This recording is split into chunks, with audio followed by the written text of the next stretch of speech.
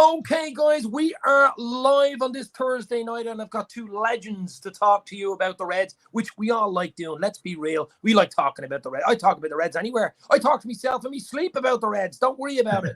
So, we have two legends, as I said. The man that's always on the web. It's Spider LFC. Spider, What's how crack, are you? lads? You going? You all right? How are you keeping? You're the superhero. You're the new NFT superhero of That's the me, LFC yeah. podcasting world. Somebody take a photograph fast. You might make money off it. And last but not least, Nidi, my friend from Menace and the Monk, a huge LFC channel from India. Nidi, how are you? I'm doing good. I'm doing absolutely brilliant, Dave. Thank you for having me on. Oh, absolutely. I'll get Menace on again as well. I'll probably get the two of you on when we can. I know he's working and stuff. So, look, guys, Premier League is approaching us like a bullet train down the track. Tomorrow night, you've got Crystal Palace, Arsenal. Then we've got the big one at lunchtime, of course, the one we're all worried about and thinking about, a craven, cottage, constantly craving, as they used to say. Liverpool, Fulham. It's going to be interesting. But before we talk about that in the Premier League, we'll delve into a few injuries. I just got a few messages there about an hour ago that Konate has a bit of an injury and could be out for a week or two at least. He got that out to Strasbourg, the meaningless Strasbourg game, which we lost 3-0, of course. And Curtis Jones also has a bit of an issue and will miss the game on Saturday. Throw in Jota, which hopefully he'll be back in about 2 weeks anyway. He's coming back from a long-term injury. Kelleher still is out. At least Alisson's back. That's the big thing. But Ox is long-term as well. So a few little injuries starting to pick up, I suppose, boys, just before. I suppose Liverpool are well used to having injuries, and that's the reason why we have such a big, big squad. Nidi, what's your take? Don't worry about it. Just get on with it. I mean, that's sort of what we do, Dave, isn't it? I mean, look, it's not ideal. It's not ideal, especially I would say Konate's injury is not ideal at all. I mean, we saw that Klopp really likes him, and he started all the finals, and except for the Carabao Cup final. So and I think he complements Van Dijk really well. The good part is that, of course, we have Joel Matip, who is also a fantastic defender, and our little giraffe, big Joel Matip. So I'm not that worried. It's annoying, of course. I'm a little bummed about Jota's injury more than Konate, because I think without Konate we will be okay, and it doesn't seem very serious. At least I hope it doesn't seem very serious. But Jota, I'm really excited about Jota this particular season. I think this is the season where he does so well for us. He's the fantastic forward that we all dream of, and I think he will have a fantastic Liverpool career. But he sort of flies under the radar, where he, and not for his own fault, because when you're playing next to players like Mohamed Salah and Sadio Mane, anybody would get a little bit overshadowed. But I have really, really high expectations from Diogo Jota. I can't wait for the entire team to be back, and we will be ready to rumble. I mean, we are ready to rumble now, but then it'll be even good. No, I mean, we are ready to rumble. I mean, Diaz coming in January probably even overshadowed them as well. You know what I mean? Then Nunez came in, and then all of a sudden Jota's gone. Salah, Nunez, Diaz. Where do I fit in all this? But I'm sure Klopp sat him down, gave him one of those famous hugs, and made him sign that 3-year extension to the 2 years he had left. So 5, he wouldn't have tied himself down for 5 years if Klopp wouldn't have, if he doesn't think he's going to be getting in. You know what I mean?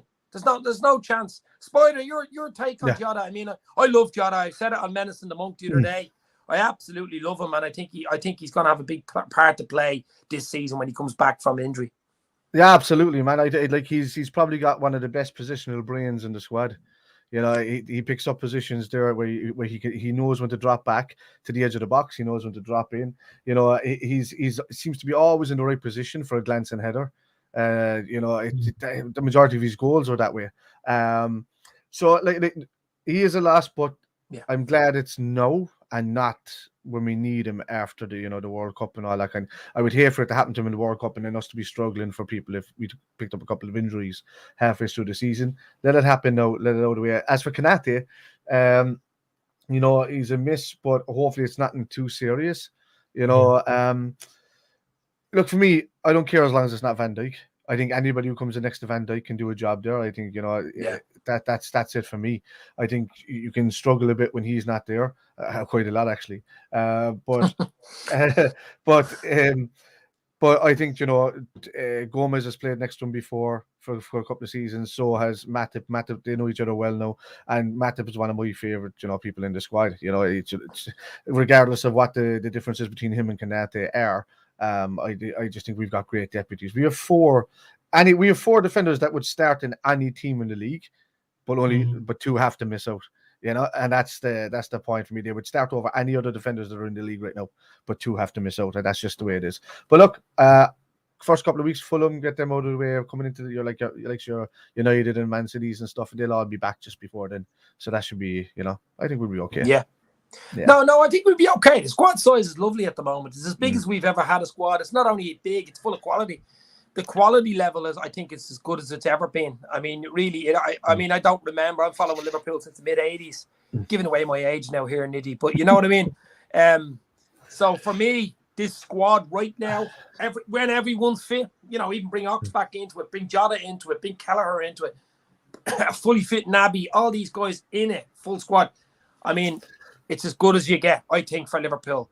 And the key is obviously keeping them all fit is for the big games, the times we need them. We'll get away without Jota the weekend, I'm sure we will. We'll get away without Kanate. We'll get away without Jones and Ox this weekend. But when the push comes to shove and you're away at the Emirates, or you're away at the Etihad, or you're away at Old Trafford, which we will be in about 2-3 weeks' time, you need your squad there. And the 5-sub rule, I've said it a million times, this 5-sub rule is absolutely huge, and it's going to play a huge part at the top end, I think, of the Premier League this season and the Champions League, because it's going to come into play last 15-20 when you're either losing or you're drawn and you want to make that difference and you want a catalyst to come off the bench, and there's no one better than someone like Jota or even Bobby to come off the bench and make a difference. Nidi, I think that 5-sub rule is huge. Well, I'd like to start off by saying that with Jurgen Klopp, there's a lot of criticism about of Jurgen Klopp, not in Liverpool, of course, but throughout England, throughout Europe, where people say that he's complaining about this or that. Eventually, though, more often than not, he's proven right, and that has been the case with this substitute rule as well. I mean, there's a lot said about it, and Sean Dyche had a few things to say about it, and a lot of people had a lot of things to say about it.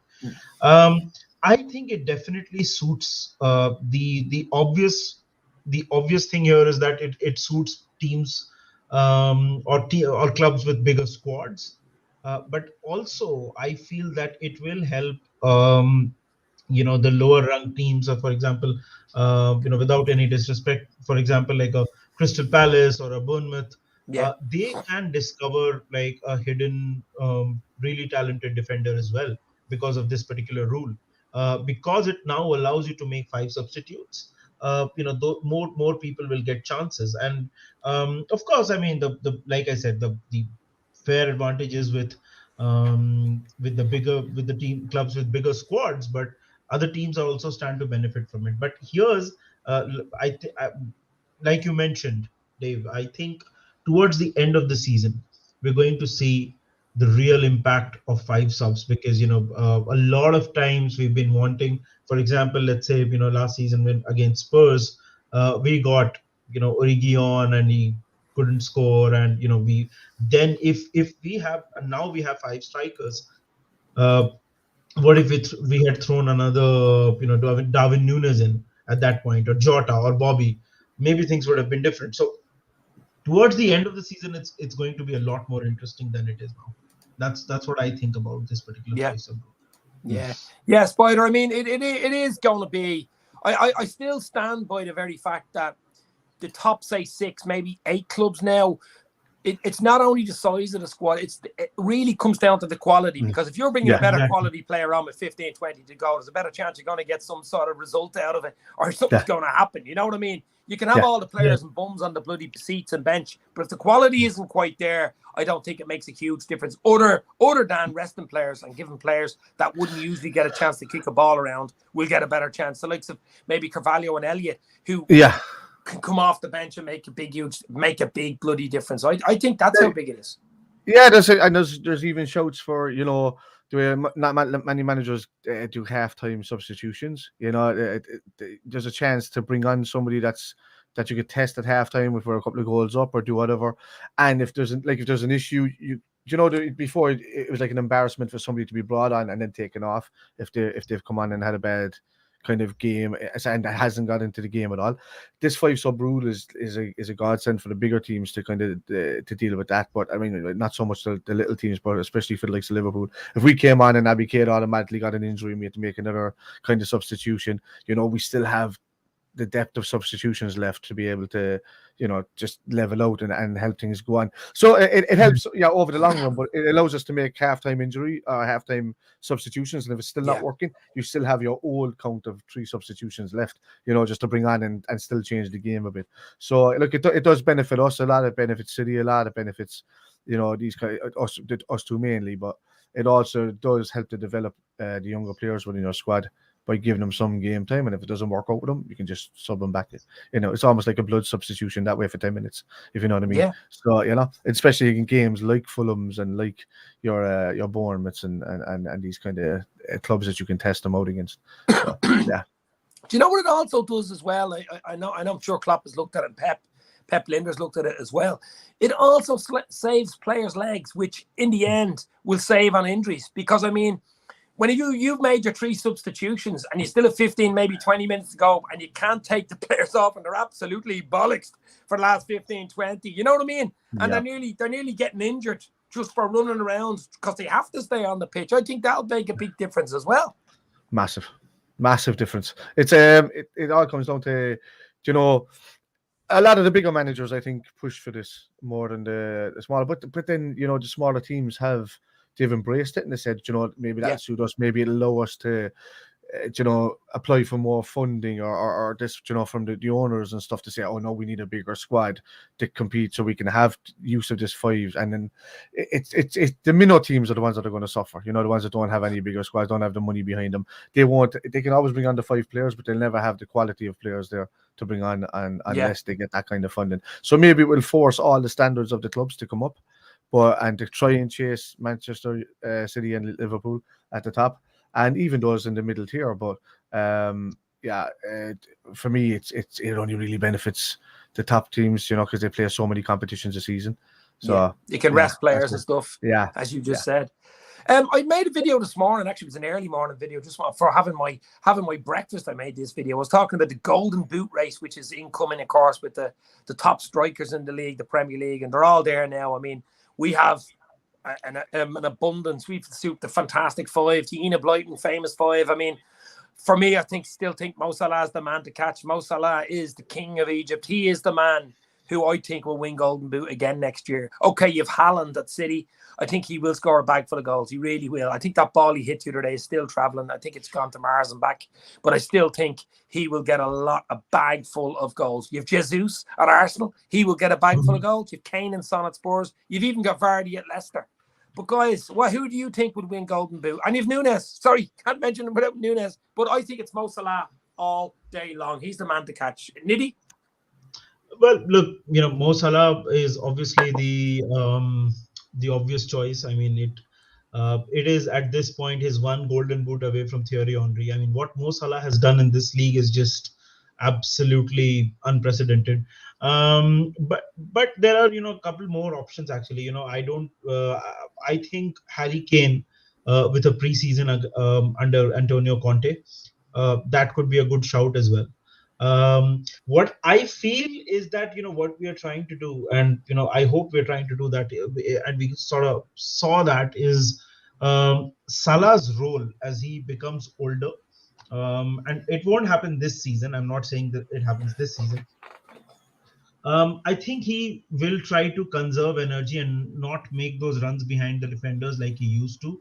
And he will sort of get other guys into the play. For example, like we saw against with Nunez, or even players like Luis Diaz.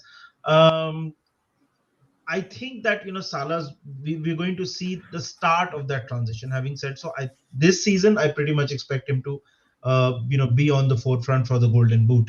I think he has a pretty good chance of winning it. Harry Kane, like I said, uh, outside of that, I don't know. I mean, it's all up in the air, isn't it? I mean, um, You wouldn't put I mean, Haaland in that group, no? Look, the thing with Haaland is, look, he's a world class forward, and there is no doubt about that.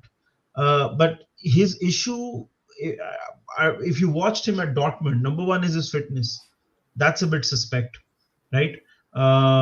It can happen that Nunez has long periods of injury. I'm sorry, Haaland has long periods out with injury. Of course, I'm not wishing for that kind of a thing to happen, but this has been a trend with him since his Dortmund days. And secondly, Haaland has amazing games where he everything he touches turns to gold, or for the lack of or in this case goals. But he also has that game where he just can't get it right. That happened with him at Dortmund, and the Premier League is tougher actually. So I mean, of course, it can happen, and for all he just goes on a rampage and just breaks all records. But I would say that logically speaking, I would put my money on Salah or Harry Kane for this particular season. Okay, that sounds like safe money. Mine is on mosalah. Spider? Yeah, mine's on Salah all day long as well. Kane, yeah, would be a safe shout for second. As Nidi was saying there, with regarding Haaland, he does only tend to play a maximum of 2 months at a time, and then he's out for like 3 or 4 weeks minimum. He has a few and injuries then already. He's an yeah, injury issue. He's such a big but lad. He's a he big can lad, isn't he? yeah, he can score in that period a lot of goals, but then when he comes back, it takes him a few weeks to get back into it again every time he has one of these injuries. But yeah, look, it's the one thing that I kind of loved about us playing City the other day was the fact that Klopp gets to have a look at Haaland at our defence. And that's the one thing that's the most important, because it showcased that he's a very, very talented player for getting to the right positions, because he was making really good runs. And now Klopp will show the lads these videos, the ones where he was getting in between Van Dijk and Robertson a couple of times in there. He likes to drift to that right hand side. What's going to happen there? You're probably going to start to see Fabinho drifting further, or even Thiago drifting further to the left, further back from Fabinho when we are playing City, and you'll see a lot of covering happening there on Haaland, which will negate his space a lot. But as for doing it the first, like, he's not Mo Salah for me. He can't do it in the first. I don't think he can do the Golden Boot in the first season. Salah has just been doing it year after year in the Premier League. He's come from the German League, like, no offense to the German League, but it's not of the standard of the Premier League, no way. So a lot stronger defenders. He's going to, the elbows that he likes to throw around the place in the German League, he's going to see them before he gives them in the Premier League. I can guarantee you that. So no, it's me, Salah, all day long. I would even put Nunez above Haaland for the season, just because of the injury record. And in saying that, I could just jinx it. But I think Haaland will score. He could score 20 plus goals this season. But I just think And that. you know what? Yeah. And you know what, guys? I don't know if it might just be a hunch, but if you look at Salah, I think the whole talk about the contract and all those things that were going on, it was sort of weighing him down. Yeah. If you look at him now, he looks like someone who's completely refreshed. He's smiling all the more wider. He's playing with all the more freedom. Um, it just feels like, a extremely refreshed version of Mohamed Salah that Nidi, I literally said the other day that he looks like a fella that's running down with a load of balloons between his fingers. He's just happy, yeah, and he feels a lot lighter. You know what I mean? yeah, So he just looks like he's just Yeah. and he's bombing, like he is bombing. yeah. You know, so like he had a lot on his shoulders, dude. Yeah, it's so look, it's gone now. The Mane situation was tedious there as well. I think Liverpool were just waiting to see which one of them would kind of go first before Yeah. kind Yeah. of giving the other one the contract. Really, I think that's the way it Well, was. I think Mane told them at Christmas time that he was leaving, so they had a good 6 months. They knew he was going. He wanted to go. He was good enough to say. It wasn't like Ronaldo saying last week, throwing the baby out with the bathwater, saying, I want to leave. I don't want to be playing Europa League and blah, blah, blah. He actually did say it last year. No matter what happens, I'm going. Yeah, he did. He Guys. did. I want a new, I want a new, something new to do. And that I thought that was good. It gave Liverpool plenty of time to fill in the gaps. And that's, I think, why we jumped on Diaz as well. I think that's one of the reasons we jumped on Diaz, got him in early. And because of the fact, remember, Salah hadn't signed, so there was a possibility we'd lose Salah and Mane, and then we would have found ourselves in a real spot of bother, It could have been just like them playing off each other as well, which one was going to get the contract. Mane could have easily said, that, I want to leave maybe because I want the contract. Is Salah going to stay? And they're having these private conversations back and forth behind the scenes, I think. And but even though Mane was the first to turn around and say, the top, the previous season, it could be my last season. I might want to see pastures new or whatever. It could have been just him going for just looking for more money because he was only on 110,000, but he was asking for 365,000 or something like that, and you can't pay both of those guys, especially since Salah, he doubles Mane's goals nearly every season, so you can't turn around to Salah and say, we're not going to pay you that and then pay it to Mane. It just wasn't going to work out. So no matter what, Mane was forcing his hand out, and he's made the best decision for him, and Liverpool got Nunez, and it gives a chance for Carvalho and Harvey Elliott and them now to get some game time as well.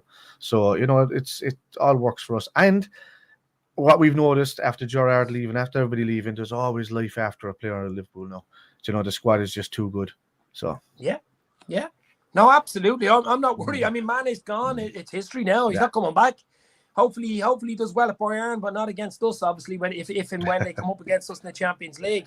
But I think he will. He'll score plenty of goals for them there. There's no doubt about it. But there's life after everything. I mean, I've seen players leave. I'm sure you've seen it. You've seen Owen leave, Fowler leave, Ian Rush leave, and he went to Juventus at that time. Sociedad, John Aldridge going to Sociedad, and we'd Gerrard almost leaving to go to Chelsea, if you remember that story. Torres leaving.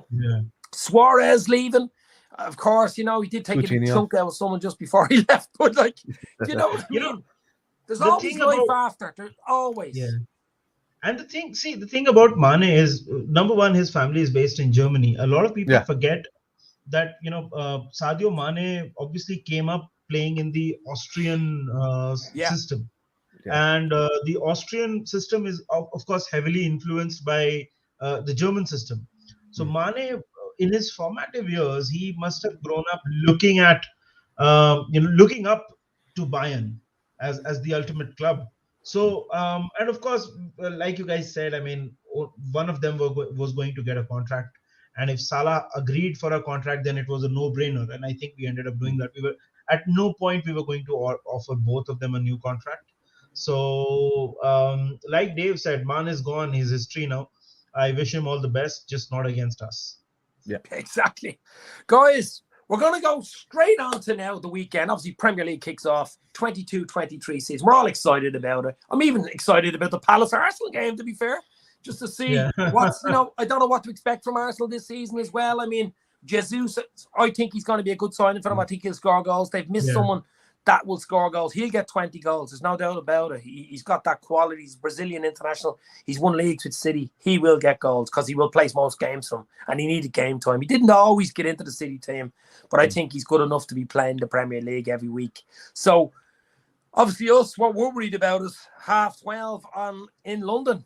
Fulham, Liverpool. Guys, obviously a few injuries, but I think we can more or less pick the 11. I think the only issue is Bobby Nunez. I think that's the only issue in people's minds.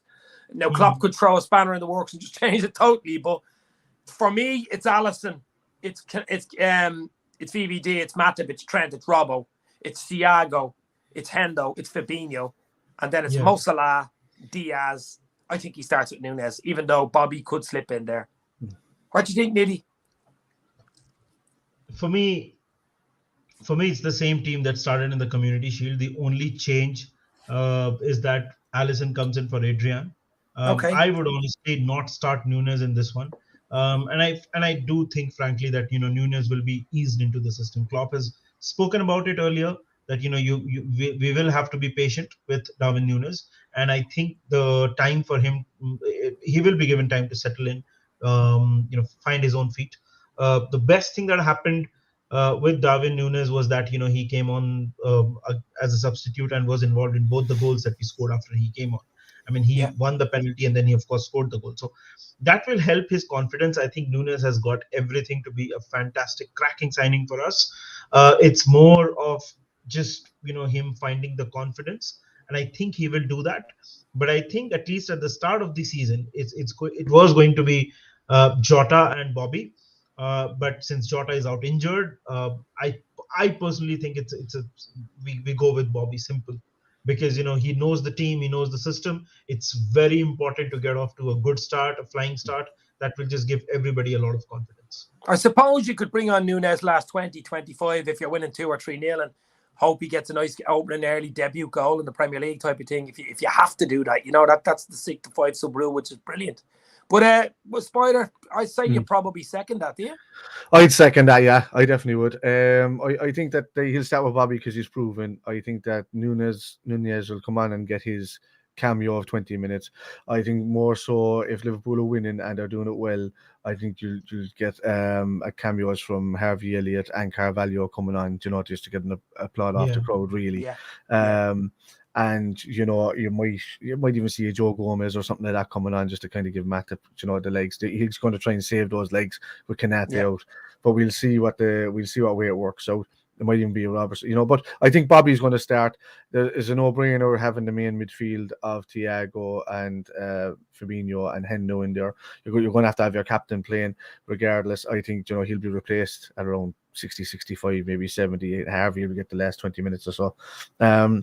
You might even see Salah coming off, but for me, it's all about trying to ease Nunez in, and Klopp has done it in the past with Robertson. What's his name? Fabinho. Fabinho was the same. They were all eased in a couple of months into the league, especially he Robertson. He actually didn't do it with Diaz. It's one of the few players. Diaz, he actually did. I know it was Diaz. mid-season though, whereas Diaz had already played a half a season with Benfica, and it was mid-season. It was January rather than a summer signing. And Van Dijk.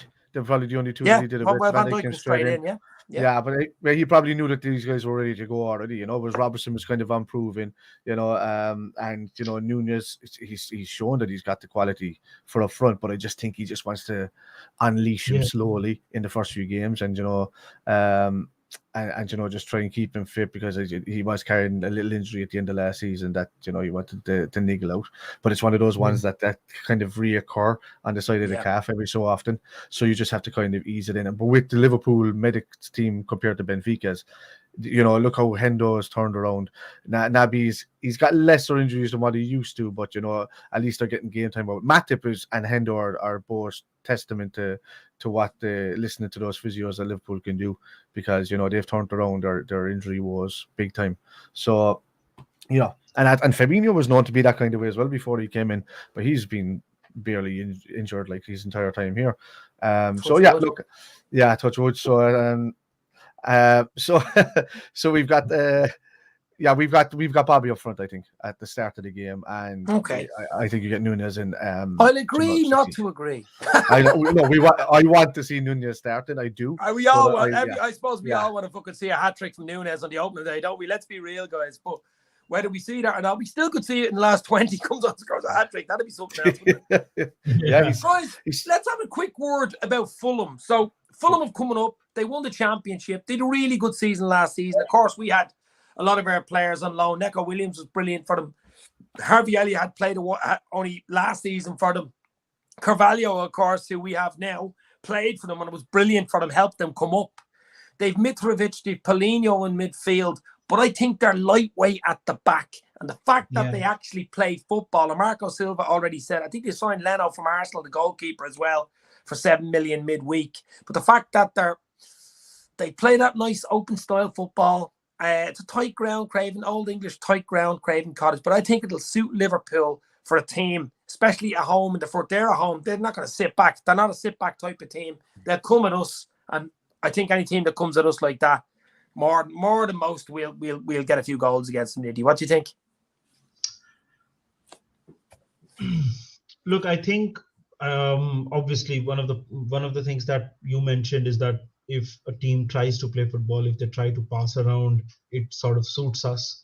I would like to mention one more player. I know I mentioned Diogo Jota. And one more player I think is going to be very good this season, and we saw him being pretty good last season as well as Naby Keita, because if he stays fit. If he stays fit. Yes. That's always been the big question mark with Naby Keita. So I think that Naby Keita and Nunez, a lot of people are talking about Carvalho and Nunez. I personally think that, if you remember Leipzig with Naby Keita, he was the guy who was making those runs behind the striker, and he was the one who was combining. So I think Naby Keita is going to be a very interesting player, although I don't think he will start on Saturday. Now coming to Fulham, I think that we will of course try to exploit the fact that they're not that solid at the back, and they have lost Carvalho, so that link with Mitrovic will be missing. So I personally feel that it is a game that should suit us. But again, how many times have we seen this, Dave? I mean, we go into a game expecting like not an easy game. Of course, there are no easy games in the Premier League, but a straightforward game, and then it just turns to Nightmare on Elm Street. Yeah. I mean, it's just like trying to break down a very tough stone. Fulham, of course, were one of the teams that beat us at Anfield, if you remember, during that horrible run. I think anybody would have beat us, to be fair, in that horrible run. I'm not putting too much on that. We were all over the shop then. We were all over the shop. Yeah, absolutely. I mean, that season, frankly, it's not even a proper season, that one. Yeah. And we still finished third. And still because of Alisson. So I think theoretically it should suit us, but I feel that we still have to be careful. But if Mohamed Salah is on song, then we've got nothing to worry about. Yeah, exactly. I think it's about being clinical. I think we take a few early chances. I mean, we could get a few chances, not take them. They get one chance from a corner or something and score. You're 1-0 down, away from home. Crowd is up, lunchtime crowd is up. It's a different game. So that's where your 5 sub rule comes in the second half. But I'd be confident enough. I think first 10, 15, obviously keep the Fulham crowd quiet. If you can get a goal, even better. But I think if they play football, we play football, there's only one winner. But I'm not saying it's going to be a 5 or 7-0 like Gary's saying 7-0 there. But no, I mean, I'd take 1-0 now. I'm not being foolish. I'm not being overconfident. We are the championship champions. Mitrovic is dangerous. He won't score hundreds of goals in the league, but he is dangerous. He's a nippy Serbian international. He'll get goals. You got to keep an eye on him. And, don't take teams lightly. And I'm sure Klopp will have the players ready to rock. Doesn't take anything lightly. Spider? Yeah. Well, for me, as Ant was saying there earlier as well, I think the battle between Diaz and Mbabu is going to be good, to get a look at that fella. I still think that's throwing that lad into the fire, putting him up against Luis Diaz on that, on that right back position for them. But Mitrovic is not an out-and-out goal scorer in the Premier League. He was more dangerous, I think, at Newcastle than he was at Fulham. But he's a fantastic player in the Championship. Now, Liverpool have played the Championship winners for the last, I think, 4 seasons in a row, and it's conspiracy theory. I know, yeah. But I mean, what we've done is that we're lucky enough, I think, to get these guys early, because Fulham playing in the middle, I think they can be Arsenal's or Man City's problem in the middle of the season. To be honest with you, I think if we take them at the start, I think we catch them naive because they'll come at us. and they'll be playing with the mentality of winning the championship last season and say, no, we can take on the world, we can take on anybody, we're here to stay in the Premier League. Exactly. And it's a naivety that we can take advantage of. I think Salah, if he's on form, if he starts making those runs in the first couple of minutes and starts getting in with an early shot, I think it'll just go one way for me. It all depends on how well Fulham can handle that back line. Or that forward line of us, sorry, as they're playing. If they can stop the passes between them guys really early on, then I think you might see that time where Fulham might score a goal from a corner, as you were saying, and then it's balls to the walls really, where we have to use the 5 sub rule and then change the team around quite a bit, and the formation to kind of to counter that. But I can only see nothing but a win for Liverpool, to be honest with you. I have to, because if we're going to hit the ground running, we have to take advantage of the form that we're hitting right now. Because that was a fantastic display against Man City. I don't care how many preseason games Man City played before that. They beat Bayern Munich, who were already pretty much into their season. And they're beating strong sides. So they've been doing the work behind the scenes, but it's just that we made them look average the other day. And a couple of them did look, 1 or 2 look slightly leggy, but I don't think I think they start really slow, City, in the league. They tend to come on strong in the second half of the season. So we need to put enough of a gap between us and them, so that I'll tell you what, they have a tricky one. They play West Ham away. That is a tricky game to be. I wouldn't like to be playing West Ham this weekend, would you? Yeah, no, not a hope.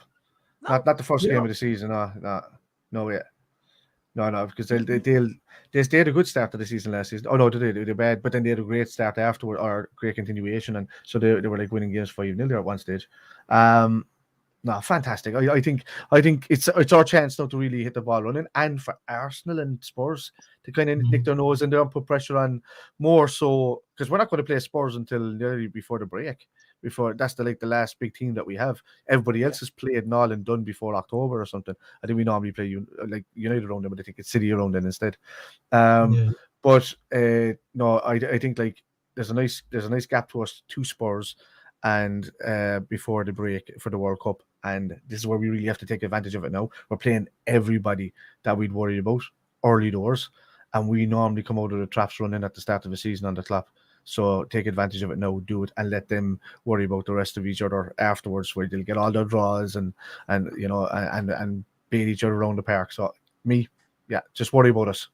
Yeah, no, that's what I'm saying. But I only ever worry about Liverpool. I don't really care about the opposition that much. You have to look at the opposition, though. You have to look at it. I'm sure Klopp no. Yeah, I didn't mean like that. It was just that, I just think that no matter what, we once we hit the ground running, they'll, it's just put the pressure on City. Let Arsenal and them all come in and put a threat to them more so than us, and that's the way you want it. That mentality. You hit it on the head there, because of the other teams behind, say Liverpool and City. Let's say they're the 2 outstanding teams. They have been the last 3 or 4 seasons. The likes of Spurs coming up through, even the likes of Chelsea. Then you've Arsenal and even a United. Let's say a better United than they were last season.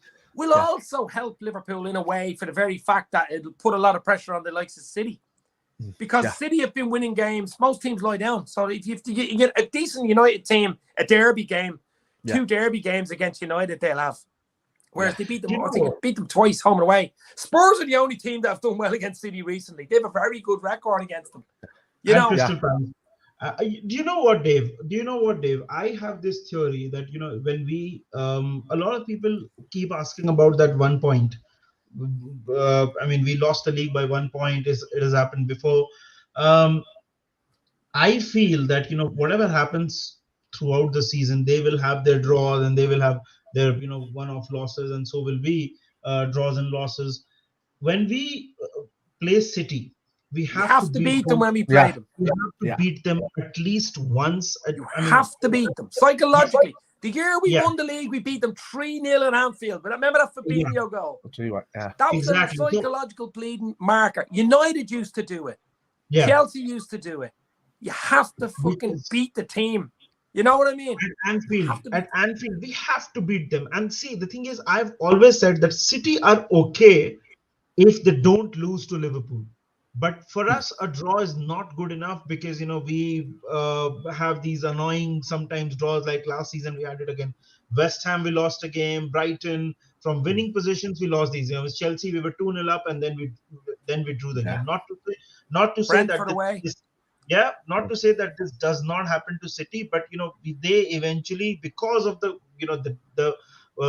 quality they have on the bench, they tend to pull it out of the fire, like we saw against Aston Villa, literally last game of the season. So we have to beat them. I think that's got to be one of the priorities for this particular season. We have to beat them. I think it's a psychological thing as well. I mean, if you beat the team, it's like a 6-pointer. It's like a famous 6-pointer that they used to talk about. It's more than 3 points. Do you understand? Yeah. To you, it's more than 3 points. If you remember a few seasons ago, we were winning the league, I think, by 7 points about 2-3 seasons ago. And we had to go to the Etihad. I think it was in February or late January. And Sané got that late winner 2-1. Remember with the one, the Mane ball was just over the line or wasn't over the line. I mean, this was 2019. Yeah, this was 2019. That was the difference of winning the league, that game. Yeah. Here's a good question from Ravi. Question: how many points are Liverpool getting in August? Well, I mean, I'll only focus on Fulham right now. Honestly. Listen. Klopp does this. Klopp, I'm sure, has all the fixtures up on a big board and ticks them off after every game. Next, after Fulham, you have Palace. I think it's at Anfield, that type of thing. Palace, yeah. In this game, you can't think too far ahead because most of the time you get egg on your face or you get some sort. I mean, even us talking about the Golden Boot, I'm just saying mosalah because I think mosalah will be definitely up there. There's just no doubt about it because he has been last few years. And it's a no-brainer. He'll be thereabouts next season. But it's like saying water wet. But even when you're predicting top 4 or you're predicting the bottom 3, I mean, we're live here. This gets time stamped, and you will get the odd idiot going, "You told me Liverpool would win the league last year," or "You told me Fulham would get relegated." I mean, it's all opinions. That's what makes football go round. Nidi, you've your opinions with Menace and the Monk. Spider has his opinion. Jack, Keith, Ivan, all the guys that come on this channel have all their opinions, and I think that's the most important thing about football. Yeah, it's all about opinions. Yeah, absolutely. Exactly. We won't stay on much longer, but I'm just enjoying this lovely little chat here on Thursday night. And as I say, the Premier League is just around the corner, guys. 24 hours away. Palace Arsenal. I think Palace Arsenal is going to be a tough game for Arsenal tomorrow night. I know it's a derby game, but I wouldn't be surprised if Palace beat them. Arsenal, one of these hot and cold. You know what happened last year? Remember they lost the first game. Arsenal's capitulation of the top 4. After all, it began with the loss to Palace. I mean, they lost 3-0, and that's when they, the doubt started to creep in. That whether will they, because they looked on course to finish 3rd, even not just 4th. Yeah. But and Patrick Vieira has done some interesting work. They have made some good signings. Palace are interesting. Palace would be an interesting team to watch. Yeah. Palace have had a decent. I mean, he's done a great job there, Vieira. Before we go as well, Nidi, I'd like to ask you I know, Jen, I think I asked you on Menace the Monk, and you didn't actually quite answer because you don't like doing it. Isn't that right? You don't like doing predictions for top 4. Yeah, I'm a little. Sports is the only thing I'm superstitious about. But yeah, let's talk a little bit. Spider, I think Liverpool City. It's between Liverpool City for the league. I don't think anybody else will come close enough to be saying that they're going to do. People are saying Spurs and stuff like that. I think Spurs will be a lot closer than they were last year. Yeah. But whether they're within 10, 12 points of Liverpool and City, that's about where I see them. But then it's a toss up. It's basically a toss of a coin between Arsenal, Chelsea, and United for that 4th spot. I think any of them could finish in that 4th spot. Yeah, I think everybody's overlooking Chelsea, aren't they? Because they just don't think they've done enough. Well, I mean, they've still got a decent squad. I mean, look at the squad they have. I mean, it's a decent squad full of internationals. There's an issue there with Tuchel, of course, and the manager, and that doesn't always work out. When your manager has a problem, you have a problem in the camp. When it's tough at the top, it usually seeps down through the club. They signed Sterling and stuff like that. But I think it's just watch this space for Chelsea. I cannot predict what Chelsea are going to do. They could finish in the top 4. It wouldn't surprise me, but it wouldn't surprise me if they finished outside it either. So it's similar with United. They're like a bloody seesaw club. Yeah. Could, might, so we don't know. The only one you could see that has some sort of, other than Liverpool and City, which have pure direction, is maybe Spurs. You can see the direction they're going, and it seems to be in an upward trajectory, if you know what I mean. But at the other end, I mean, Fulham, who we play, I'd say they are favourites with Bournemouth to go back down, straight back down. And then you might think Forest, whether they have enough to stay up, I think they might just have enough. Then the likes of Everton, maybe even I don't know, Leicester City, I don't know what's going on there either. The people are leaving there like they're, sinking ships. Southampton it's going to be an interesting. It's going to be interesting. Exactly. The whole league is interesting, Nidi. I mean, even like Spider was saying, even Southampton, it could be a little jammy for them because Shea Adams is about to leave. I mean, see, the two names that you mentioned, Bournemouth, I think the manager came out saying, I don't have a defense or something to that effect. He's saying that. And then, Fulham have always been the absolute yo-yo club. Like Norwich City Park too. Norwich and Norwich, West Brom, and Fulham. These three are the forever yo-yo club. Although Fulham, West Brom managed to stay up for quite a bit. The third team, I personally feel that even Leeds could be in that scrap, honestly, because they've lost Rafinha. They have a new manager. If they very well could be involved in a relegation fight. But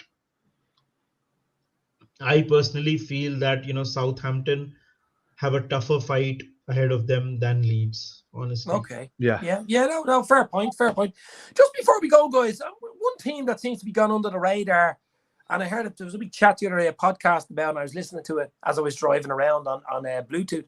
Newcastle United. I was about to say that.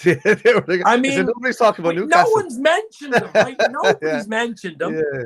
They've all the money in the world, but they're not splashing it everywhere. They're not doing a Man City. They're not doing a Chelsea. They're not doing a PSG, even though they've probably more money than all them put the bloody together. Yeah. I think they're specifically, and it's part of the strategy. It's a long-haul strategy for the Saudi owners. They're not just going to throw in and sign a £100 million player here, there, put them on the bench. I think they're coming in 20, 30, 40 million pound players experience, building up a little squad, and then eventually maybe in the next window, 2, 3, 4 windows, adding the bits of quality. But I think it's a long-term strategy. It could be a 5-year plan type of thing. It looks like what's your thoughts, Nidi, on Newcastle? Oh, sorry. Yeah. Well, Dave, I think Newcastle have done some, like you said, they're not throwing the money around. And I think last season they did a lot better than people expected them to. And I'm talking about after Eddie Howe came in. I mean, they finished in the top 10. Or they finished 11th or something. I'm not 100% sure. But they did a lot. Mid-table. They did a lot better. Whereas the idea was just to survive. And at one point, it looked set in stone that they're going to go down. But they survived that. I personally, think Newcastle are going to be a lot better this team this particular season. I think that Eddie Howe's done an amazing job. Whether Eddie Howe is the man to take Newcastle where they want to be, because the ambition, maybe not this season, but eventually the ambition is to get into go for the big prizes, basically the Premier League or that kind of things. Personally, I don't think Eddie Howe is that man, and I do like Eddie Howe. I just don't think he's a Premier League winning manager, and I think I think Newcastle at some point will say thank you very much for getting this. Whether it will be this season, at the end of this season, I don't know. But I do see them. When we talk about the top 8 or something, we have Aston Villa. We talk about those kind of teams. West Ham. I think Newcastle will be a team challenging for European spots this particular season. If not the Europa, then definitely the Conference League. Yeah. No, I think Eddie Howe was brought in, and it was a smart move, it has to be said. I mean, he knows the league inside out with Bournemouth. He did a great job there. I think he was brought in for foundation and stability. He was brought in to say, listen, we'll bring you in. We want you to do this type of a job. Get us set. Get us into mid-table. Get us set up nicely so we're not fighting relegation every bloody year. And then eventually adding a few stars here and there. they can bring in the big name manager and it just takes off from there. As I say, it'll be a few-year plan. And they can take their time. They're under no bloody pressure. They haven't got, people in the background banging on the bleeding door saying, we need to get top 4 this year. They've got the money. They can just sit back, relax. It's a long-term strategy. We know what we're doing. Mid-table, as you say, try finish 8th, 9th, 7th, 8th, 9th this year, which would be a great season for them. That type of thing. And they're going to hang on to their players, aren't they? I mean, they can pay the wages. Sam Maxima is probably one of their stars who's a decent player, but you can't see him going anywhere. They've obviously told him, listen, stay put here. You're only young. You probably double your wages. Relax. We'll be in the Champions League in the next 2 or 3 years. That type of way.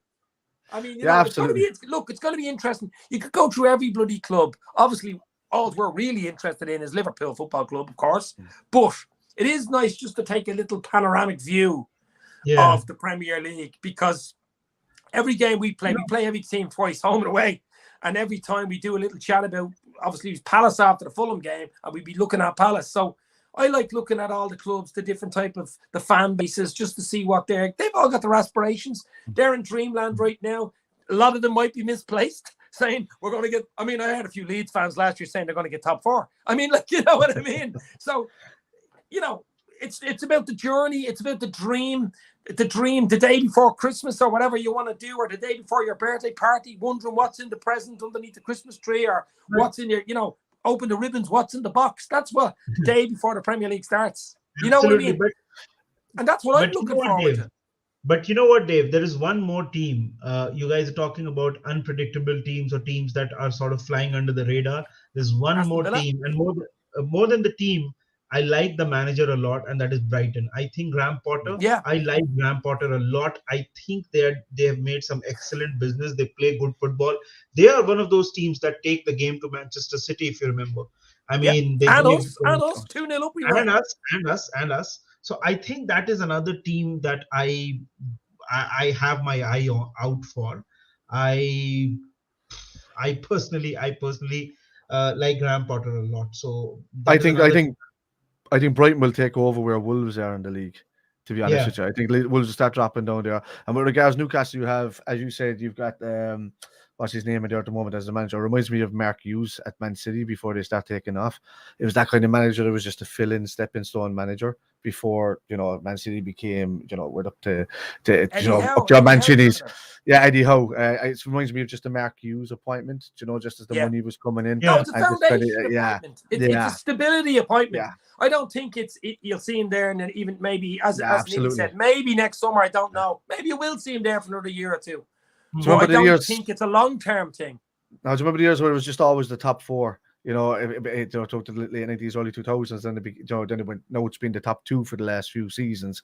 I'm thinking you're going to see. I know we're going to be taken off, but I think I know you've got a top 2. I know you're going to have. I think there's going to be a middle 6 to 8 there that are going to be battling between each other. I think they're starting to creep up. You'll have a lower end tier of that, which are Brighton's and your Newcastle's coming in. But within a season or two, Newcastle are going to be up there on par with Spurs, and are still where they are now. Chelsea and United are going to be yo-yo between each other, I think. And then it's just down to see where Aston Villa will develop more, will Brighton develop more, will Wolves either just stay the way they are or just drop off completely. There's teams there. Vieira's doing a good job at Crystal Palace. That can cause a nightmare for most teams. That can be around that middle tier of between 8 and 12. So there's a few teams that are in there now. It's just I feel for Southampton and maybe Leeds and all that this season that should be teams that are up around that tier but are struggling because of their youth system is great, especially Southampton's, and you can't see teams like that kind of going back down. So let Fulham's all them yo-yo up and down as they can for seasons. They're happy enough. But I think Newcastle they make enough money out of it. They probably make more money going yo-yo with parachute payments than they would staying up in the bloody league and finishing in the bottom 5. That is important as well. That's what Norwich made so much bleeding money from that. If you can come up. Yeah, Sven Botman is a fantastic signing as well for Newcastle. Yeah, by the way. Yeah. Everybody was after him. I think Liverpool were looking at him a few years back. Yeah, they were. Yeah, it's a good signing for them. I think we give it the hour, lads, which is about another 6 minutes. Is that okay? Yeah, perfect.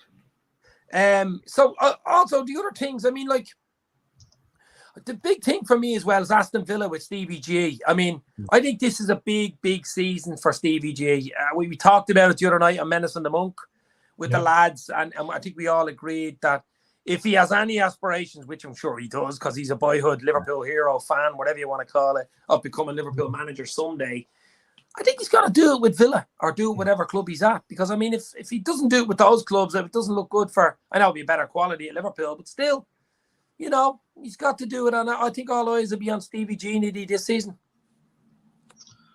Look, see, I think Stevie very clearly has ambitions to manage Liverpool someday. Yeah. That's not like a big secret, whatever Stevie says. And I think Stevie's, if there is one thing that we know about Steven Gerrard, watching him all our lives, is that, you know, he exemplifies what professionalism is. So till the time he's at Villa, he'll be 100% Aston Villa. I think that in the next 2 to 3 years, we'll know if Steven Gerrard is good enough to manage Liverpool or not. See, personally, Gerrard for me, I started watching football in 1998, and Gerrard made his debut around that time. So for me, and we didn't go through a lot of good times as a Liverpool fan watching, us ups and downs. But Gerrard was always the constant. So there is nothing but absolute love. I mean, Gerrard's God for us, literally. I mean, people of my age. But I think that as a manager, he's still got a lot to achieve before he can we can consider him as a Liverpool manager. Because right now we have the best manager in the world. Is Gerrard anywhere close to being the best manager in the world? I don't think so. But we'll know if he's ready for that in the next 3 to 4 years. Fortunately for us, for the next 3 to 4 years, we have Klopp, and we will get to know if Gerrard is up to the task. But I think I agree with you. He's got to get Aston Villa somewhere for him to be even in that contention. Right now, I don't want him as a Liverpool manager succeeding Klopp as things stand. Yeah.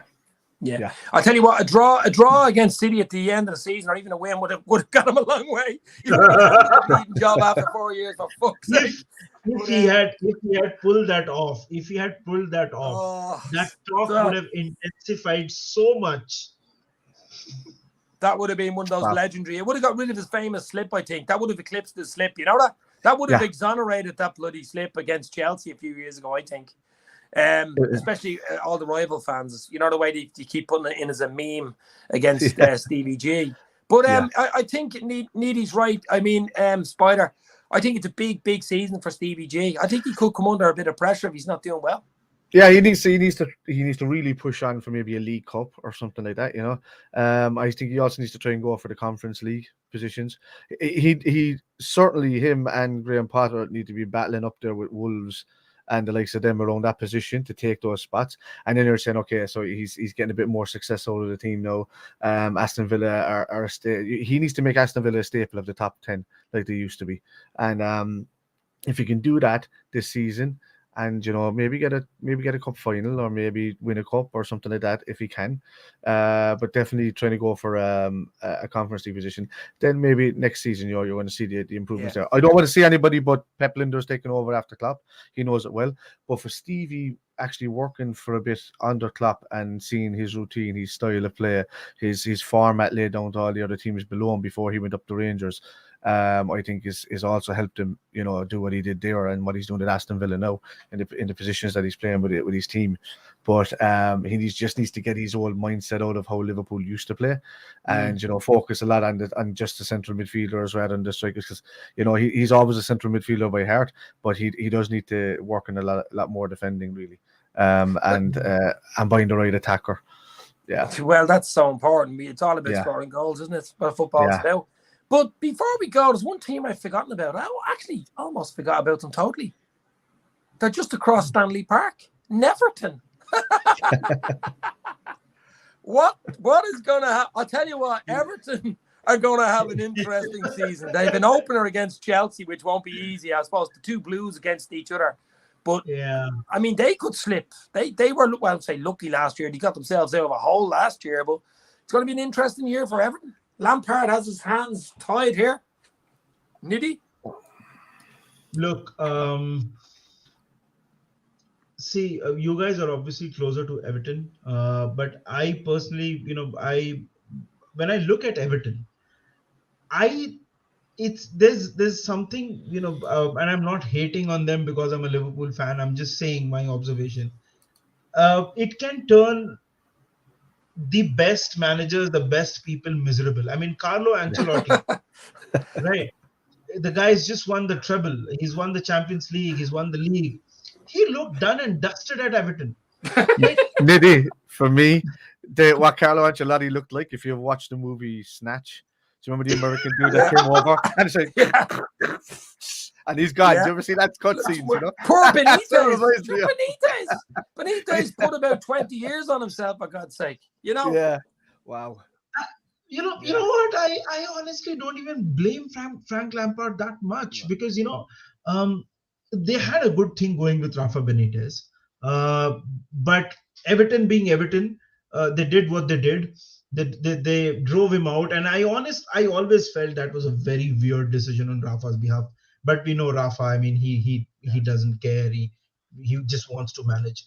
Yeah. But speaking of Everton, I don't know. I really don't know. I think that there is something inherently. I think they like being dissatisfied by themselves or something like that. Yeah, it's a disappointment all the time, isn't it? They're like AFTV, the Arsenal fan channel. They're always giving out. They're happy when they lose nearly. That type of way.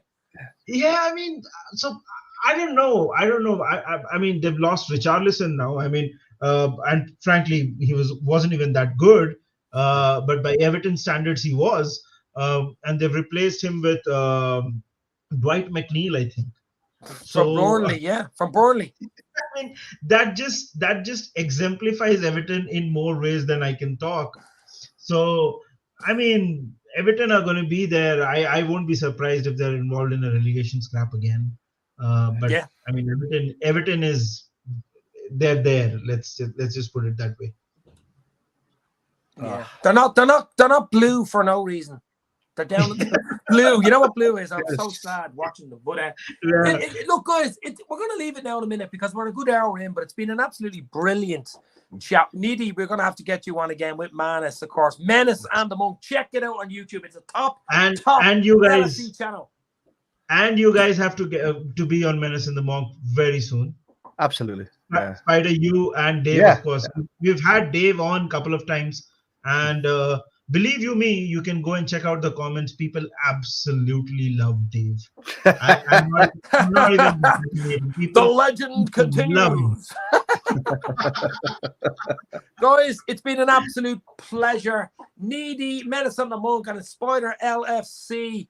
Thank you very much for popping in. The Premier League is around the corner. I, for one, I'm really excited. I'm going to go Liverpool to beat Fulham 3-0 on Saturday. That's the dream. You can shout out your scorelines if you want, boys. But if you want to keep them like Nidi in your back pocket, you can too. No, I'd definitely say, I think 2 or 3-0. I think so. Yeah, I think they'll struggle to score. If they score first, it'll be 3-1. That's just very that good. was good logic. I love it. Anyway, guys, thanks for the comments. Hit the like, hit the share. Check out Menace and the Monk. Check out Spider LFC. I'm checking out. You're checking out. Let's beat Fulham on Saturday and start the season off. This means more. Stay safe. Cheers.